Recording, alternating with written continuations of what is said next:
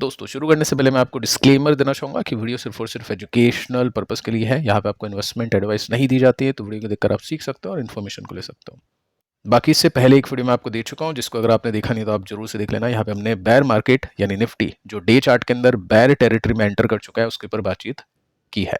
अब देखिए bear territory में एंटर तो हो चुका है, मार्केट अभी के समय बेरिश है, लेकिन कुछ कंपनीज होगी, कुछ सेक्टर्स हो गए जिनको अच्छे मुनाफे होने वाले हैं, तो उसका फायदा स्टॉक्स को मिलेगा। स्टॉक्स में तेजी की वजह से वो चीज़ हमने यहाँ पे बातचीत की उन कंपनीज़ को लेकर एग्जाम्पल के रूप में। टोटल 5 कंपनीज़ के बारे में यहाँ पे बातचीत हो चुकी है, इसको आप जरूर से चेकआउट कर लेना।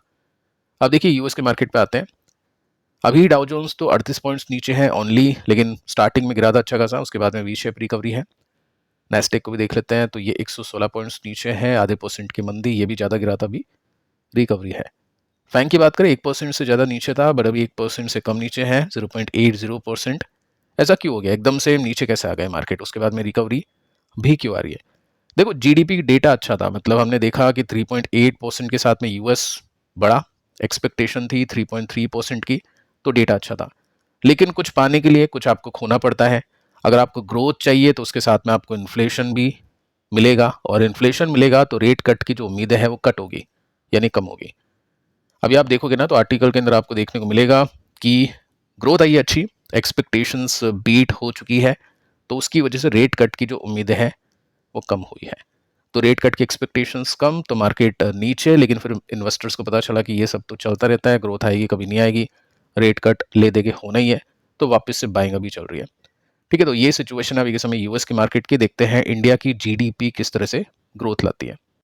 जैसा कि दोस्तों पिछले वीडियो में हमने कुछ 5 कंपनीज को लेकर बातचीत की थी, प्राइस एक्शन के साथ में, डिटेल के साथ में, कि क्यों कंपनीज के प्रॉफिट बढ़ सकते हैं, कि स्टॉक अभी ऐसे खराब मार्केट के अंदर भी अच्छा कर रहे हैं। कुछ कंपनीज है जिनके स्टॉक्स में गिरावट के बाद में रिवर्सल्स आए हैं, कुछ कंपनीज है जो ऑल टाइम हाई छूने की तैयारी में है।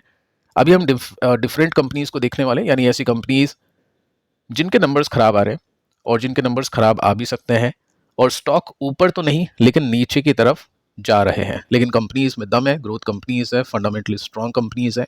तो चेक करते हैं कि ऐसी कंपनीज में क्या सिचुएशंस बनी हुई है।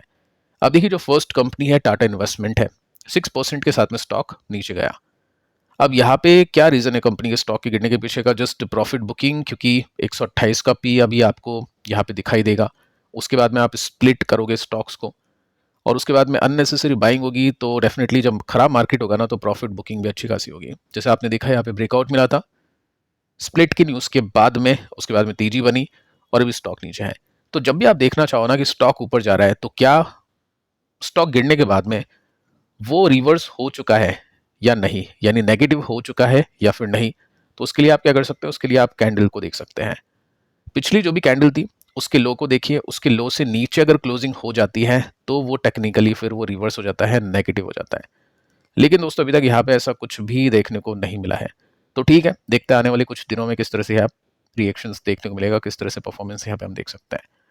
नेक्स्ट जो कंपनी है इसका नाम है होम फर्स्ट फाइनेंस, 4% की मंदी, 12,000 करोड़ का मार्केट कैप है, 28 का पी है। तो ये एक देखने वाली बात ये है कि 35 का पी है बजाज फाइनेंस का, 30 के आसपास का पी है चोला का, और यहाँ पे 28 का पी है, तो वैल्यूएशन के हिसाब से तो कंफर्टेबल है। नंबर्स भी इसके ठीक आ रहे हैं, तो उसमें कोई दिक्कत नहीं है। तो स्टॉक का जो ट्रेंड है वो अच्छा है, मतलब फंडामेंटली अगर मैं इसको काउंट करूँ प्लस में या माइनस में, तो मैं इसको प्लस बोलूंगा, यानी फंडामेंटल सही है। टेक्निकल्स भी हम इसके प्लस ही बोल सकते हैं।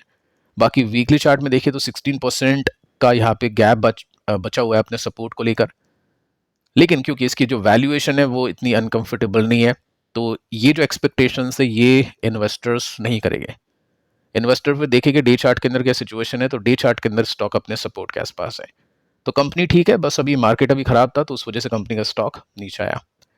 नेक्स्ट जो कंपनी है इसका नाम है कल्याण ज्वेलर्स। इसको थोड़ा सा डिटेल में देखते हैं क्योंकि यहाँ पे काफी इंटरेस्टिंग फैक्ट्स आपको पता चलने वाले हैं।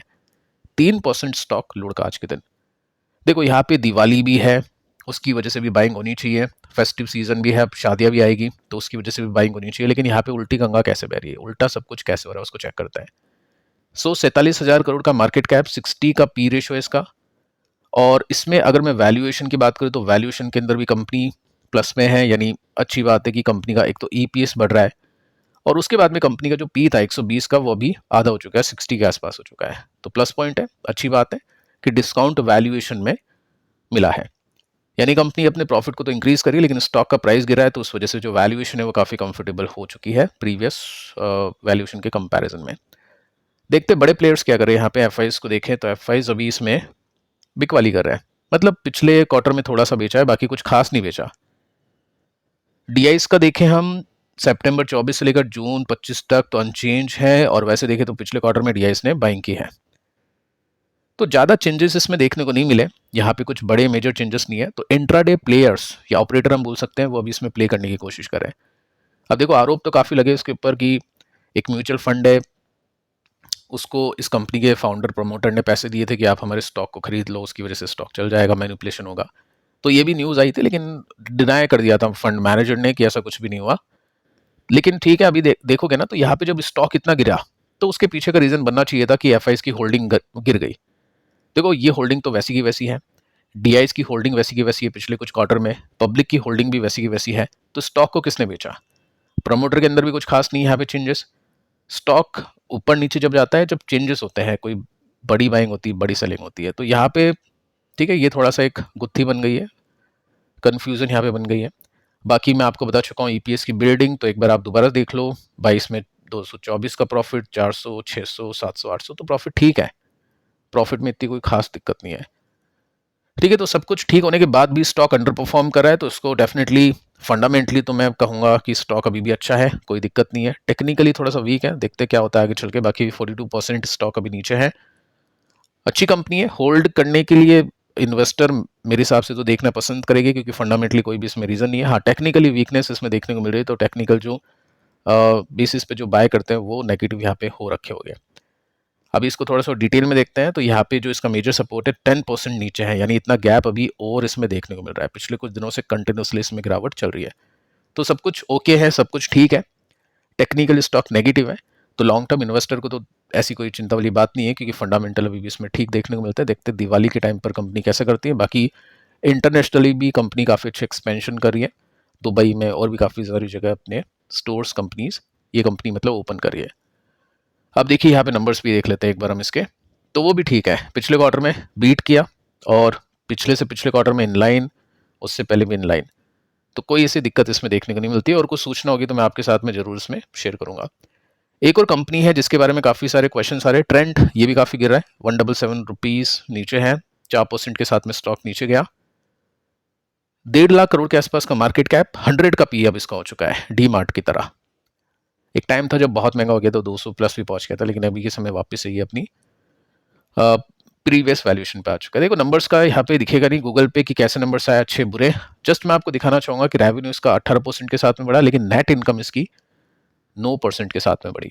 इसका मतलब क्या है कि कंपनी के प्रॉफिट के मार्जिन घटे, वो आप देखोगे यहाँ पे नेट प्रॉफिट के मार्जिन 10% के साथ में घट गए। तो यहाँ पे देखिए सिंपल सा फंडा है, कंपनी का स्टॉक क्यों नीचे है? ग्रोथ की वजह से। जो इसने ग्रोथ दी थी ना, एक्स्ट्रा ऑर्डिनरी, मतलब आप देखोगे आगे चल के मैं आपको दिखाता हूं। जैसे यहाँ पे आप देखो सेल्स के अंदर कंपनी की सेल्स थी 4000 करोड़, 3000, 2500 इसके रेंज में, उसके बाद में 8, 12, 17, ये जो ग्रोथ मिली है इसकी वजह से इसको बहुत अच्छा पी दिया था। अब ये सस्टेनेबल नहीं होती इतनी ग्रोथ, हर बार आप निकालोगे 17 के बाद में पता नहीं कितनी मल्टीपल्स में आप हर साल सेल्स निकालोगे, वो पॉसिबल होता नहीं है। साथ में अगर आप देखोगे ना तो पैट, ये बहुत इंटरेस्टिंग है, जहां पे प्रॉफिट यहाँ पे अटक गया था इसका, एकदम से प्रॉफिट बढ़ गया, 300-400 करोड़ का प्रॉफिट 1400 तक पहुंच गया, उसके बाद में 1500, 1400 में अटक गया। तो इसको देखकर वैल्यूएशन दे दी, लेकिन अब यहाँ पे प्रॉफिट की ग्रोथ आ नहीं रही है, तो वो वैल्यूएशन मार्केट वापस से ले रहा है। देखो रिटेल की वैल्यूएशन महंगी तो होगी, उसमें कोई दिक्कत नहीं है, अभी भी बहुत रनवे इन कंपनीज के लिए बाकी एक्सपेंशन का, तो 100, 80, 90 ये वैल्यूएशन डेफिनेटली इनको मिलेगी। बट 200-300 का पी जो इनका पहुंच गया था वो अभी तो नहीं मिलेगा, बाकी ऐसी कुछ ग्रोथ आ जाए तो बहुत अच्छी बात है फिर। अब देखिए हुआ क्या है, इसमें एफआईज ने बेचा है। अभी हमने कल्याण में देखा स्टॉक गिरा, एफआईज डीआईएस कोई नहीं बेच रहा, पब्लिक नहीं बेच रही, तो वहां पे तो ऑपरेटर प्ले लग रहा है मुझको पर्सनली। लेकिन यहाँ पे आप देखोगे ना तो 27, 26% है, 21, 19, 18, तो इतना माल बेच दिया एफआईज ने पिछले कुछ क्वार्टर में। जैसे इसके नंबर्स खराब आने लग गए, एफआईज ने बेचा। अब इसके अगेंस्ट में डीआई ने बाय तो किया है, बट इतना नहीं किया जितना एफआईज ने बेचा है, तो ऑब्वियस स्टॉक अभी नीचे ही जाएगा। सो इसको डिटेल में देखें तो ये भी 40% नीचे है, वही दोस्तों मैं आपको बताना चाहूँगा। देखो 40% देख के मुँह में पानी ज़रूर आएगा कि बहुत अच्छी कंपनी नीचे अवेलेबल है। देखो खरीदने में कोई ऐसी बात नहीं है, अच्छी कंपनी है, टाटा का ब्रांड है, बट डिपेंड करता है कि आपको कितने समय के लिए लेना है।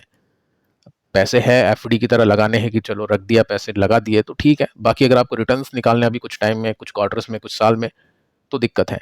क्योंकि जब तक प्रॉफिट की ग्रोथ नहीं आएगी, जब तक पॉसिबल नहीं है। और इसने इतनी ग्रोथ दे दी कि वो एक्सपेक्टेशंस इससे बहुत ज़्यादा सेट हो चुकी है। तो वो चीज़ है, टाइम लगेगा इसमें काफ़ी ज़्यादा, ऐसा मुझको लग रहा है कंपनी को वापस से उसी परसेंटेज वाली ग्रोथ को हासिल करने के लिए।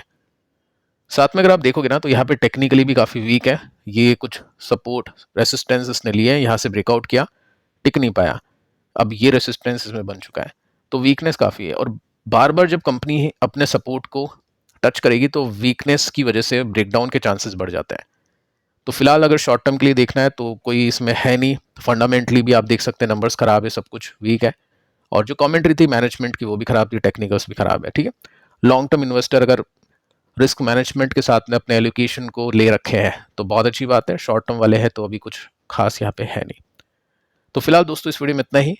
पिछले वीडियो को आप देख लेना, मिलते हैं कल, तब तक के लिए शुभ रात्रि।